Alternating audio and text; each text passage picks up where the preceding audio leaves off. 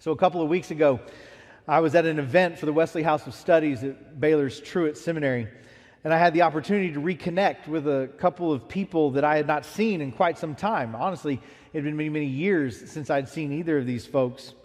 And we were catching up, and they were asking me about my family. How is everyone doing? How are the kids? I said, yeah, the kids are growing up. In fact, I began to tell them that we're in that stage of life right now where we really have to kind of divide and conquer on most nights of the week. We have this same conversation. Hey, if you can get him over to tennis, then I'll get her over to cheer, and then I'll go to my meeting at the church, and then you do your PTA meeting. I'll grab her from cheer because it's right next to the church. And then, Rylan, when you finish tennis, you're going to have to wait about 20 minutes because Mom's PTA won't be over yet, but I'll be there about 20 minutes later, and I'll grab you. We'll go home. Mom will meet us back at home. And then one of the kids will usually ask something like, well, what about dinner? And we said, no, there's no time for dinner. Don't worry about dinner. We'll eat tomorrow. And as I was kind of explaining this and recounting that conversation to my friends, they all just simply shook their head and said, Yep, y'all are at that busy time in life right now. And they're right. They're absolutely right. We are. That conversation about picking up and dropping off, that's actually a real conversation. We literally had that conversation 4 days ago. It just happened in our home. We are busy. But here's the thing. When I say that to people and I kind of lay out that sort of reality that we are living in, no one is surprised. Nobody goes, wow, really? That's crazy. I can't believe y'all are that busy. And honestly, for some people, our schedule is much more manageable than what they deal with in their weekly lives, in their daily lives. We are busy people. We are very busy people. And it seems like sometimes we are inviting this busyness, this chaos, into our lives. We have equated busyness with fulfillment. When we are busy, we are fulfilled. We're being productive. We're maximizing our efficiency. We're creating opportunities for ourselves and for our kids or our grandkids and their futures, etc., etc., etc. But I do begin to wonder, are we? Are we actually being more efficient, creating more opportunities? Efficiency is value because ideally it allows for faster progress, which means more available time. But what are we going to do with all the new available time from being more efficient in the other things? Are we going to rest? Are we going to recreate? Are we going to connect with others? Don't look at me like that. You know the answer, no. No, we're not. At least I'm not. We're going to fill it with more busyness. I find myself saying to my kids as I try to explain why they need to take a Saturday morning to go and volunteer at this thing back at their school on the few precious hours they have not in school, I will say to them, oh, but this is going to look great on a college application. Right? Colleges want to see that you're engaged in your community or outside of your sport or whatever it is, and that's my excuse for why you now are going to be so busy. This is such an interesting idol in our lives. What it seems to boil down to is that as the culture around us speeds up with progress and opportunity and the like, we get scared of being left behind. We get scared of being left behind. It's like a freeway, right? It's like you're driving down I-35 and you're just driving down with the flow of traffic moving and you're just enjoying the drive, and then you look down and you realize you're going 90 miles an hour. And you had no idea you were going 90 miles an hour because everyone else around you was going 90 miles an hour. You're just in the flow of traffic. It was no big deal. But the longer this goes along, the more you start to think this is entirely too fast. Or at least I start to think this is entirely too fast. And so you slow down to like 78 miles an hour. But now everybody's flying past you like you weren't even moving. Like you were just standing still. Technically, you're still speeding.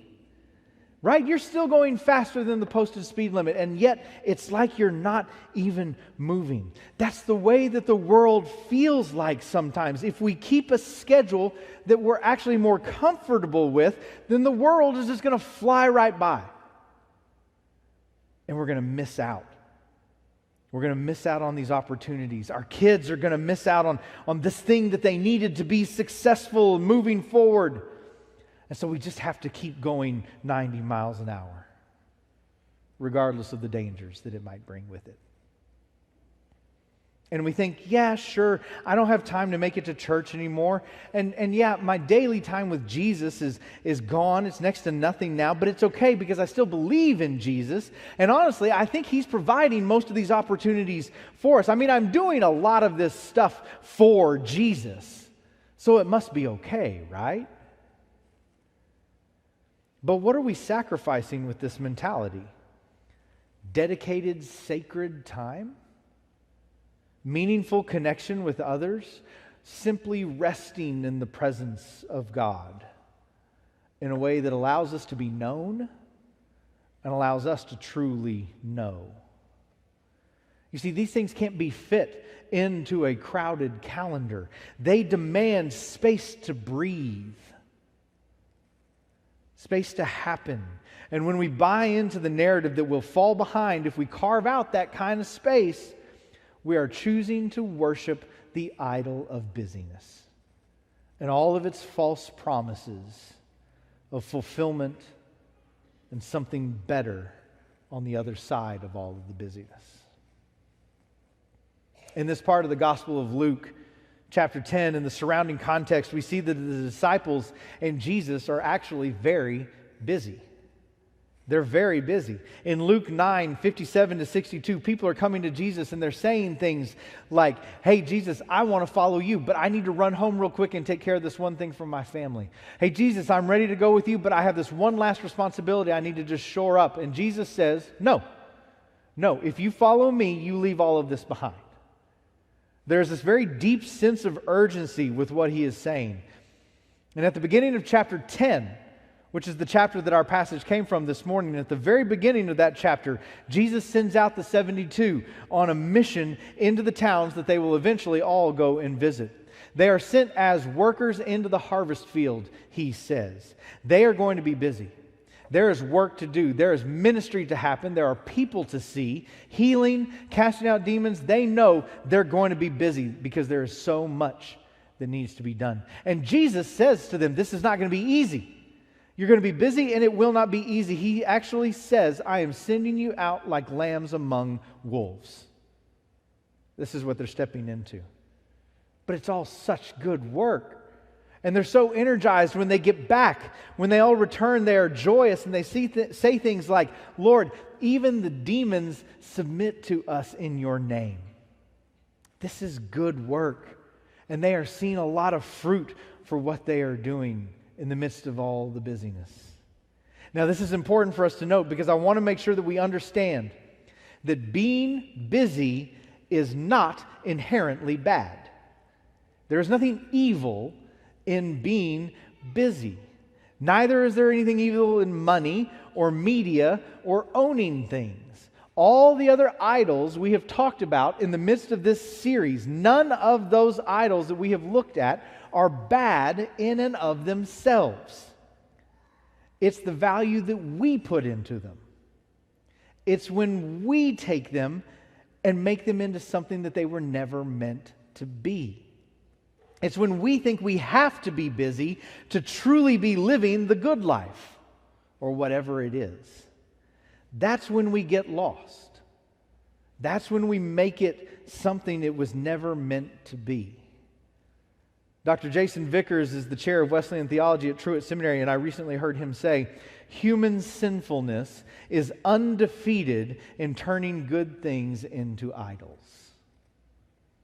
Human sinfulness is undefeated in turning good things into idols. And we see this. We see this in our own lives. And here in Luke 10, in this passage, we see how we can combat this. This same theme continuing in the text that Erwin read for us just a moment ago. Luke 10:38 says, as Jesus and his disciples were on their way. They are moving. They are going. They are on their way. They have places to be, people to see. They have things to do. But in the midst of all of that, we get this very unusual scene, at least unusual for this section of the Gospel of Luke, this part of the narrative. Because there is so much busyness on either side of it, this scene kind of stands out as a little different. Two sisters, Mary and Martha, who live in the town that Jesus and the disciples find themselves in, they stop them and invite them over to their house. And when Jesus is inside, he accepts the invitation. When Jesus is inside, slowing down and resting some, Martha is in the kitchen doing everything that needs to be done to be good hosts for this traveling religious band. She's busy, and she's busy taking care of Jesus. Mary, on the other hand, is just sitting there in the living area at Jesus' feet, listening to him, being with him, getting to know him. Now, Martha is not happy, and actually she complains to Jesus about it. Isn't that interesting? Would you ever complain to your guest in your home about what someone else from your home was doing? It's kind of an odd move, right? But that's what she does. She complains to Jesus about this, and Jesus says, hey, she's okay. She's okay. It's okay for her to just be here, for us to sit and rest and commune with each other. Now, this is so fascinating for so many reasons. It's this little passage that kind of stands out as a solitary scene in the midst of all this other stuff. And there really is so much going on here culturally, theologically, sociologically, that we could do an entire sermon series just on this passage. But for today, look at what this scene teaches us about dealing with the idol of busyness. First, in the midst of all of the busyness that Jesus and the disciples find themselves in, they were offered hospitality. They were offered a chance to rest, and they took it. They took it. There is something about being hospitable, something about receiving hospitality that breeds connection. It breeds connection. One of the things that our busyness is doing to us, it is lowering our connection. We don't have time to connect with people anymore. Now, the world has convinced us that by keeping up with our friends on social media, we are staying connected. But friends, it's not the same. It's not the same as sitting in a home, sitting around a table, sharing in conversation and truly connecting with another person. Hospitality breeds connection. It forces us out of our busyness for a bit, and it makes space for connection.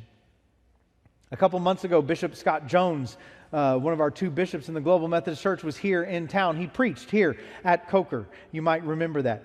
The night before he preached here at Coker, we had him into our home. We invited him into our home, and we invited several other clergy from around the area into the home to have dinner and to simply share the night with Bishop Jones. And as we were sitting around our living room talking, I don't even remember what the conversation was, but at one point, Bishop Jones turned to my wife and said to her, "Thank you so much for having us into your home, for sharing a meal together." And he looked at the rest of the group and he said, I've been a bishop now, and I don't remember how long he's been a bishop now, 14 years, 15 years, something like that. He said, I've been a bishop now for so many years. I can count on one hand the number of times we've been invited into someone's home to share a meal. Everyone always thinks that the bishop is so busy, and he is. He's constantly gone. He's constantly somewhere else in the world, constantly preaching all of this stuff. But what I heard that night as he thanked my wife and I for having him into our home, what I heard was, I will always take time out of that schedule to go into someone's home if invited, to go and connect one-on-one with somebody else. I ran into him a couple months after that at a clergy event with somewhere else, and I saw a friend of mine talking to Bishop Jones, and I walked up to the two of them, and my friend said, "Oh, hey, Adam," and looked at Bishop Jones and said, "Bishop Jones, do you know Adam?" And Bishop Jones smiled, and he looked at me, and he said, "I've had a meal in Adam's home." Connection. Connection. Hospitality breeds true connection. Next, notice what's going on in the house when Jesus accepts the invitation in. Martha had a sister called Mary who sat at the Lord's feet listening to what he said, but Martha was distracted by all the preparations that had to be made. Martha is where the women of a Jewish household would be. She was back in the kitchen. This was the culturally appropriate thing. She was preparing, she was doing that work. Mary has somewhat boldly chosen to be out in the main area of the house so that she can simply be with Jesus and listen to him, get to know him, and so that he can get to know her. It's a bold strategy for Mary to do this. And that's highlighted even by Martha's frustration with her. And yet, the bold strategy works. Because Jesus says, it's okay. It's okay. This is the right thing to do. Again, we often feel like we have life hacked in this part of relationship through social media and the like. We feel like we can really know other people and be known by them if we simply keep up with their feed on Facebook. If I see your most latest post, or if I listen and read that rant from Instagram, then I'll know you and I'll know what you care about. But friends, it just doesn't work like that at a distance. As great as those medias can be for staying connected across time and space, they will never replace the human need for stopping and being with someone else to listen and to have them listen to you. To know and be known. Sometimes we convince ourselves that I'm keeping up with my friends because I saw someone in the pickup line, or we ran into each other at H-E-B and we exchanged pleasantries. That counts, right? I mean, that's not what I'm talking about. That's not what I'm talking about. To really know someone and be known by them, we have to slow down and just be with them. Mary took a bold cultural step and said, I'm going to go out there and be with Jesus so that I can know him and he can know me. And Jesus responded, that's the right thing. And so Jesus says, Martha, Martha, you're worried and upset about many things, but few things are needed, or indeed only one. Mary has chosen what is better, and it's not going to be taken away from her. What we see here in this story from Luke is that our busyness is making us less connected, less known, more distracted. But in the economy of God, the things that will last, the opportunities that don't require a busy life, are true connection that leads to being known. When I was in seminary, I worked for the senior vice president of the seminary. In fact, that's the person I was catching up with at that event at Baylor's Truett Seminary. I was his work study. He arrived at the seminary the same time I did. We both started, and he was from Abilene, and I'm from Abilene, and we knew a lot of the same people, so he made me his work study as soon as I got there. One of my jobs was to make sure that he stayed on schedule, to keep his calendar for him, because this man was never on schedule, ever. He was late to everything, and it drove me crazy. And you want to know why he was late to everything? Because when he was sitting down with you, he was 1,000% with you until the time was over. Whatever time that was.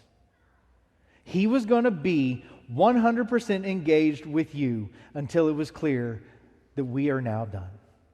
He would not be guided by a calendar. He would not be guided by a clock on the wall. I would knock on the door to his office and I would open it up and I would say, don't forget you have a meeting with the president of the seminary in 5 minutes. And he would say, I know. Thank you so much. And I would close the door. And 45 minutes later, he would walk out of that office.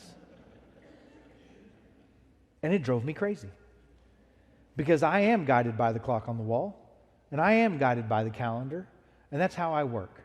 But you want to know what I noticed? Not one person ever left his office angry or tense or in any other way other than laughing and smiling and calmly walking on to whatever they had next. Because when we connect in that way, when you're with someone and you know that they are 100% with you for as long as the Holy Spirit says we need to be together, that's a powerful thing. You leave that encounter being known and knowing someone else. And I would give anything for my personality to be able to shut off my brain long enough to simply engage at that level. I've noticed churches starting to buy into the idol of busyness. As the culture has become busier and busier, churches have begun to worry a lot that their people aren't coming as often. And the answer that many churches have come up with is to just do more. We're going to put more things out there. Because if we offer more stuff, hopefully you won't be involved in as much cultural stuff. And to me, that feels like banging our heads against the wall. Here at Coker, I have 4 guiding values for our staff. There are 4 things that I put before the staff, and I've told them this will guide how we program, how we do ministry, how we lead this church forward. And the number 1 value that we have as a staff is quality over quantity. We will not be the church that has a million different things going on every night of the week. That's just not what we're going to do. We certainly have busy seasons. We have lots of things going on. Yes, that is all true. But as a rule, we want to offer fewer things at an extremely high quality. Quality over quantity. So that when I put something before you, when we invite you to something, when we actually do have that thing going on, you will know that if we've taken the time to offer it, it means we think it's A, pretty important, and B, it's going to be done as well as we can possibly do it. Because we want to be about quality over quantity. And the driver of all of those opportunities is actually the second value that we have as a staff: relationships. Value number 2 is that relationships are the driver of everything we do. You should be able to talk to any staff member on your way out today and say, why is it that y'all do what you do? And they should tell you relationships are the driver of everything that we do. Everything we offer, every ministry we do, every event that we do, our staff know that if they are planning something, that thing needs to create space for people to build deeper relationships with Jesus and with each other. If it's not going to do those 2 things, then I don't know that it's worth doing. Everything has to create space to take our relationships deeper with Jesus and each other. And so we're trying not to do things just to do them. We're trying not to be busy just for the sake of being church busy. We want to be intentional in creating space for connection and knowing and being known. The idol of busyness is not going anywhere. It's always going to be there. When I get home later, my family and I, we will sit down and we will have our weekly family meeting trying to figure out who's going to take this kid to that thing and who's going to take that kid to this thing. And we're trying to balance out the whole week. The busyness is not going away. And that's okay. That's absolutely okay, because there's nothing inherently bad or evil about it. Because what we're also going to do in that family meeting that we have later today is make sure that we have built in time to just be with each other. To make sure that we have a couple of nights where we're going to have family dinner around the table and just talk. To make sure that the kids and I have time to just lay on the couch together and watch Ice Airport Alaska. It's a great show, by the way. It's our Recharge Connect show. This is how God Almighty has created us. This is what Jesus has modeled for us. He came into our world as one of us to know us so that we could know Him and be connected with Him and His future for us all. He made a way for us to be connected in relationship through His life, death, and resurrection so that we can be in full restored relationship with Him if we will make the time. If we will make the time. Because He's always going to make the time for us. And so, friends, as you go out into the busyness of the world, let's remember to be hospitable. Because hospitality breeds connection. And that's what we're looking for. We want to know and be known. Because if we can find the time to do that, well, then the busyness is just going to take care of itself. Amen?